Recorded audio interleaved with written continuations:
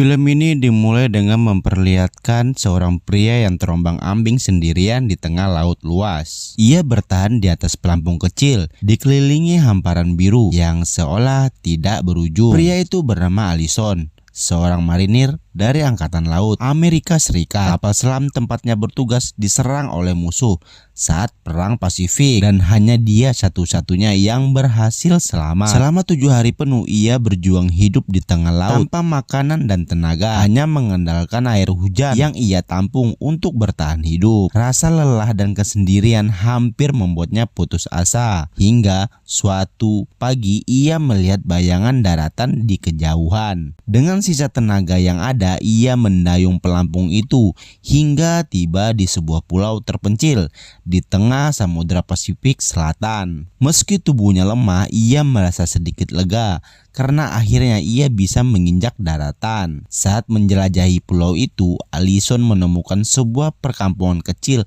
yang tampak sepi dan ditinggalkan. Rumah-rumah di sana pun kosong tanpa ada kehidupan. Ia terus berjalan hingga tiba di sebuah gereja tua yang berdiri di tengah perpohonan. Saat itulah ia dikejutkan oleh sosok wanita yang sedang menyapu lantai, seolah tempat itu masih digunakan untuk beribadah. Wanita itu mengenakan pakaian serba putih dan terlihat lembut serta anggun. Allison sempat terpukau karena tidak menyangka ada seorang wanita di pulau terpencil seperti itu, apalagi seorang wanita muda. Wanita itu pun sempat kaget melihat kehadiran Allison, tetapi setelah mengetahui bahwa pria tersebut adalah marinir Amerika, ia menjadi lebih tenang. Dengan suara lembut, ia memperkenalkan dirinya sebagai Suster Anila, seorang biarawati yang juga terdampar di pulau itu. Anila kemudian menceritakan kisahnya. Ia dulunya bagian dari misi keagamaan di Pulau Fiji. Namun saat pasukan Jepang mulai menyerang dan memburu para misionaris, banyak yang ditangkap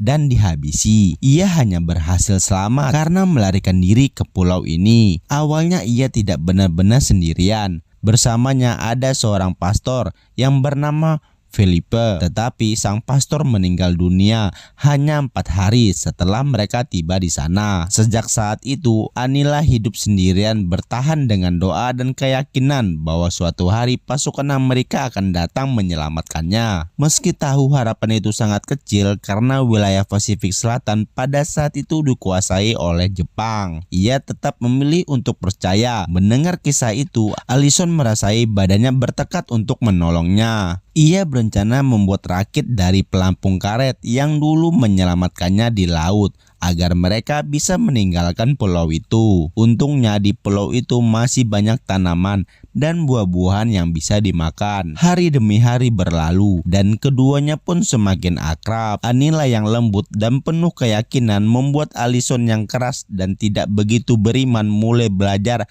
arti sebuah harapan. Suatu hari Allison bertanya mengapa wanita muda seperti Anila memilih menjadi biarawati, dan dengan senyum tenang Anila menjawab bahwa ia melakukannya karena cinta yang tulus kepada Tuhan. Beberapa waktu kemudian saat mereka berjalan di tepi pantai, Anila melihat seekor penyu berenang di dekat bibir air. Allison memanfaatkan momen itu untuk mengajarinya cara bertahan hidup. Dengan alat seadanya mereka berusaha menangkap penyu itu. Dan setelah perjuangannya yang melelahkan, akhirnya Allison berhasil membawanya ke darat. Daging penyu itu kemudian mereka masak dan mereka makan bersama-sama.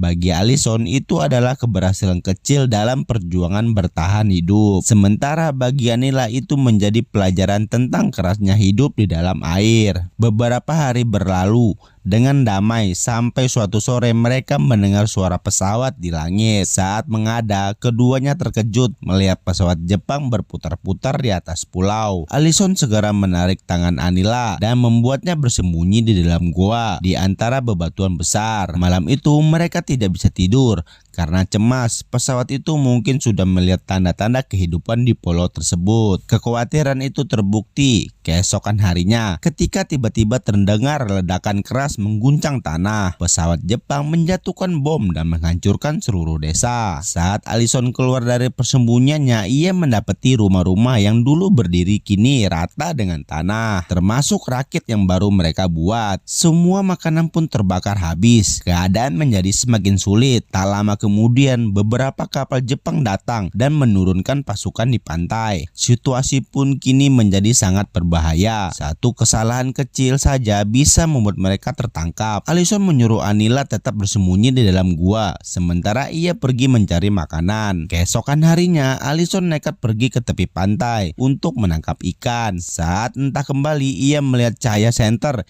di kejauhan, tanda bahwa tentara Jepang sedang berpatroli. Tanpa berpikir panjang, ia menyelam dan bersembunyi di balik ombak hingga kapal pengintai itu menjauh. Setelah keadaan aman, ia kembali ke goa dengan beberapa ekor ikan. Saat melihat ikan mentah itu, Anila tampak ragu. Ia tidak sanggup memakannya karena bau misnya begitu kuat. Allison mencoba meyakinkan bahwa itu satu-satunya cara untuk bertahan hidup, tetapi Anila hanya mampu mencicipi sedikit sebelum akhirnya menyerah. Tubuhnya mulai lemah karena kelaparan, membuat Allison sangat khawatir. Dalam keputusannya, ia akhirnya memutuskan untuk melakukan tindakan paling berisiko, yaitu menyusup ke kamp tentara Jepang demi mencari daratan. Malam itu ia menyelumuri tubuhnya dengan lumpur agar tidak terlihat, lalu merangkak perlahan di antara perpohonan, bergerak hati-hati di kegelapan sambil menunggu waktu yang tepat untuk bertindak. Ketika malam, sebagian pasukan Jepang mulai tertidur. Allison akhirnya melihat kesempatan untuk bertindak. Dengan langkah perlahan dan berhati-hati, ia merangkak menuju salah satu tenda di tengah kegelapan, menahan napas agar tak menimbulkan suara sedikit pun. Setelah masuk, ia berhasil mengumpulkan beberapa makanan di antara barang-barang yang tertinggal. Ia menemukan sebuah sisir kecil. Tanpa ragu, ia mengambilnya dan membawanya kembali, bukan hanya sebagai benda biasa, melainkan sebagai hadiah sederhana untuk Anila, sebuah bentuk perhatian di tengah kesulitan dan bahayanya yang mengelilingi mereka. Menyadari bahwa hadiah itu tidak akan berguna, Allison hanya memintanya untuk membuangnya. Meski begitu, Anila tetap tersenyum lembut menunjukkan bahwa ia menghargai niat tulus di balik pemberian itu. Dari momen itu jelas bahwa Allison sudah tidak mampu lagi menyembunyikan perasaannya. Ia jatuh hati kepada wanita yang selama ini hanya ia pandang sebagai lambang kesucian dan kebaikan. Keberanian pun tumbuh dalam dirinya. Suatu hari ia memberanikan diri untuk bertanya kepada Anila, apakah ia berpikir untuk meninggalkan kehidupan religiusnya dan hidup sebagai wanita biasa, mungkin menikah dan memiliki sebuah keluarga. Pada saat yang sama, sebuah ledakan keras mengguncang hutan di sekitaran mereka. Tanah bergetar hebat dan suara tembakan menggema di kejauhan. Allison segera beralih keluar dari gua dan melihat langit yang dipenuhi asap serta kilatan cahaya dari pertempuran di laut. Kapal perang Amerika sedang bertempur melawan armada Jepang di perairan Pasifik. Ketika suatu ledakan mulai mereda, Allison mendekati area tempat pasukan Jepang sebelumnya berkemah. Ia terkejut mendapati bahwa mereka telah meninggalkan pulau itu dengan tergesa-gesa. Ia segera memanggil Anila dan bersama-sama mereka memeriksa lokasi tersebut. Di sana mereka menemukan banyak persediaan makanan dan perlengkapan yang tertinggal. Bagi Allison, ini adalah kesempatan langka untuk mendapatkan kebutuhan yang cukup. Dengan penuh semangat, mereka membawa persediaan itu ke rumah bekas tentara Jepang. Dan untuk pertama kalinya dalam waktu yang lama, mereka bisa bernapas lega. Malam itu keduanya bernyanyi dan menari dengan gembira, seolah ingin melupakan sejenak semua penderitaan yang telah ia lalui. Ia memenang Anila dan dengan suara lembut bertanya apa yang akan ia lakukan.